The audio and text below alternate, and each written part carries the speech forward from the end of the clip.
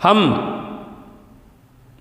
उस दिव्य चेतना भगवान त्र्यंबकेश्वर का स्मरण करते हुए शीर्षासन का अभ्यास करने की ओर आगे बढ़ते हैं। ओम त्र्यंबकं यजामहे सुगंधिं पुष्टिवर्धनम् उर्वारुकमिव बन्धनात् मृत्योर्मुक्षीयमामृतात्। ओम सहना भवतु सहनो भुनक्तु सह वीर्यं करवावहे तेजस्विनावधीतमस्तु मा विद्विषावहे। ओम शांति शांति शांति।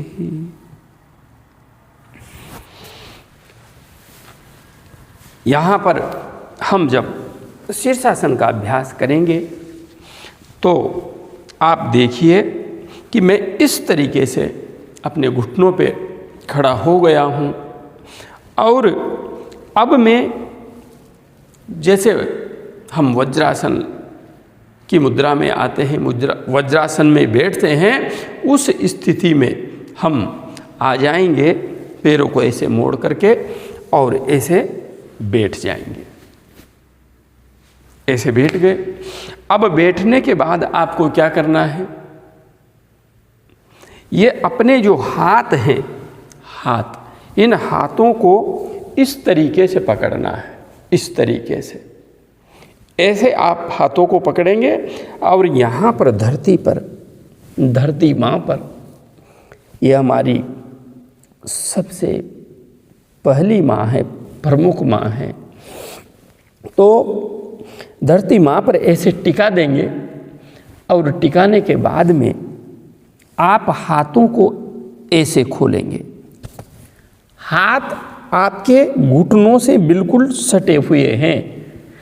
कई बार आप गलती ये करेंगे कि आप हाथों को यहाँ रख लेंगे, कभी यहाँ रख लेंगे, कभी कहाँ रख लेंगे। अब जब खोलेंगे तो यहाँ कर देंगे, इससे आप शीर्षासन नहीं लगा पाएंगे। स्पष्ट रूप से याद रखना है, हाथ ऐसे पकड़ें और ऐसे घुटनों से बिल्कुल सटा कर रखें और जब खोलें तो आपकी कोहनियाँ आगे नहीं खिसकनी चाहिए, ये यहीं पर टिकी रहें और हाथों को ऐसे मिलाएं इस तरीके से। ये जो मैंने हाथ हैं, अंगुलियां हैं जो ऐसे फंसा ली है इस तरीके से, ऐसे ये एक शेप बन गया इस तरीके से, ऐसे फंसा के और अंगूठे को ऐसे कर दिया। अब आप जब सिर टिकाएंगे तो कभी कभी आप क्या करते हैं, जब शीर्षासन का अभ्यास करते हैं तो क्या करते हैं, ये भाग टिकाते हैं, हम इस भाग को टिकाते हैं। इस भाग को आप टिकाएंगे आपको सिर दर्द होगा। ये भाग नहीं टिकता, ये ललाट टिकता है मुख्यतया।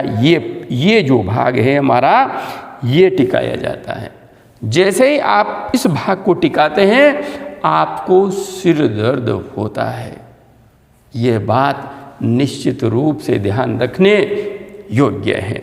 तो इस तरीके से आप हाथों को टिकाएंगे और इस तरीके से आप हाथों को मिलाएंगे।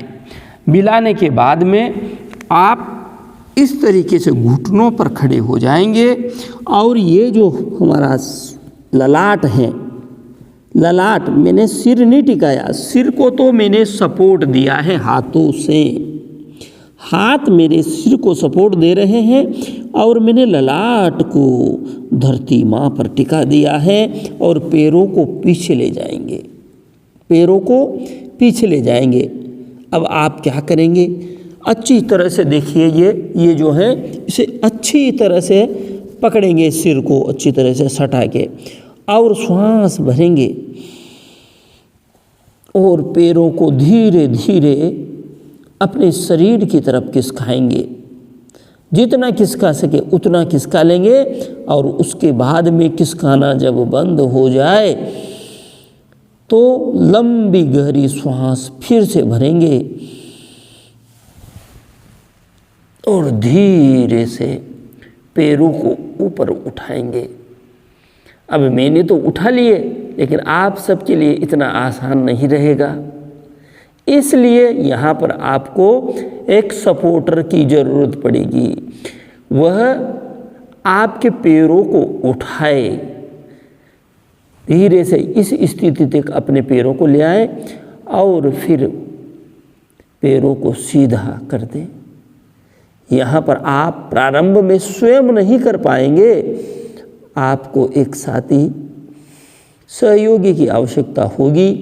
वो आपके पैरों को ऊंचा कर दे और पकड़ कर रखें।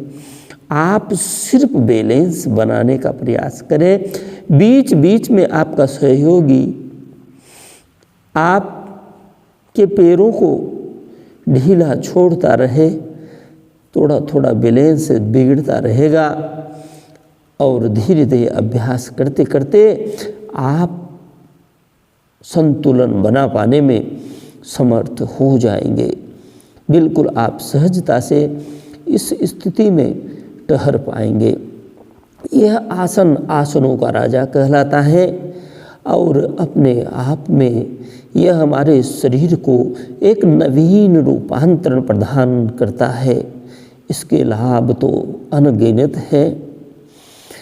यह हमारे शरीर में रक्त के संचार को संतुलित बनाता है और उसके साथ में हमारे मस्तिष्क को पर्याप्त मात्रा में ऑक्सीजन का प्रवाह करता है। रक्त का संचार जब सिर में विशेष रूप से होता है तो हमारे मस्तिष्क की मांसपेशियां विशेष रूप से शक्तिशाली क्रियाशील हो जाती है और इससे जब आपकी कुंडलिनी शक्ति जागृत होती है तो मस्तिष्क पर पड़ने वाले दबाव को आप सहजता से वहन कर पाते हैं।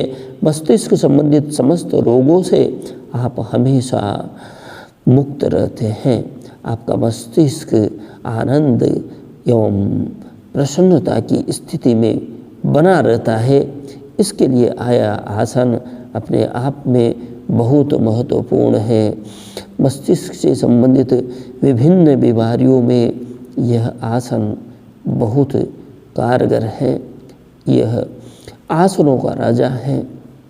यह अत्यंत महत्वपूर्ण आसन है। तो आप इसे इस प्रकार से कर सकते हैं और देखिए इसी स्थिति में यदि आपका अभ्यास अच्छा हो जाता है तो आप फिर यहाँ से पैर को ऐसे मोड़े और दूसरे पैर को ऐसे, यह पद्मासन यहीं पर लग गया, यह शीर्ष पद्मासन हो गया। लेकिन प्रारंभिक स्तर पर आप ऐसा नहीं कर पाएंगे। इसके लिए आपको पद्मासन का भी गहरा अभ्यास करना होगा। पद्मासन आपका सिद्ध होगा तभी जा कर के इस स्थिति में आप आ पाएंगे। और आप जब संकल्प धारण कर लेंगे तो असंभव कुछ भी नहीं है। कभी कोई लक्ष्य असंभव नहीं। जब ठान लेते हैं, जब हम मान लेते हैं कि हम ऐसा कर पाएंगे तो निश्चित रूप से कर सकते हैं। और फिर धीरे धीरे आप ऐसे पैरों को नीचे लाएंगे।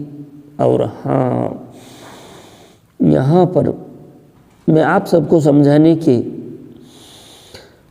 प्रक्रिया से गुजरते हुए एक विज्ञान समझाना भूल गया। आप जब इस स्थिति में रहेंगे तो आपको बोलना नहीं है। मैं बोल रहा हूँ, मेरी मजबूरी है, लेकिन आपको नहीं बोलना, आपको ध्यान करना है।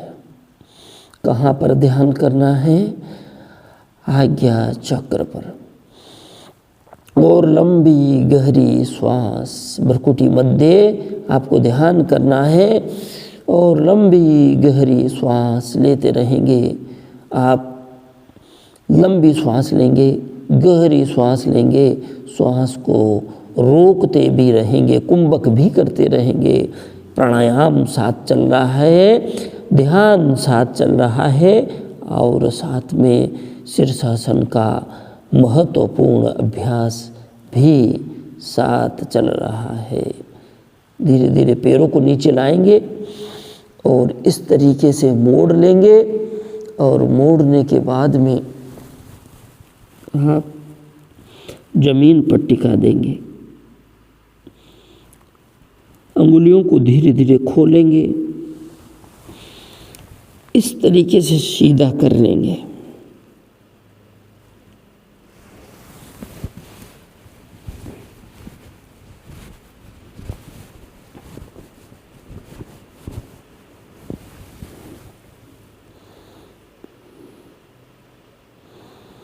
लंबे लंबे श्वास लेंगे।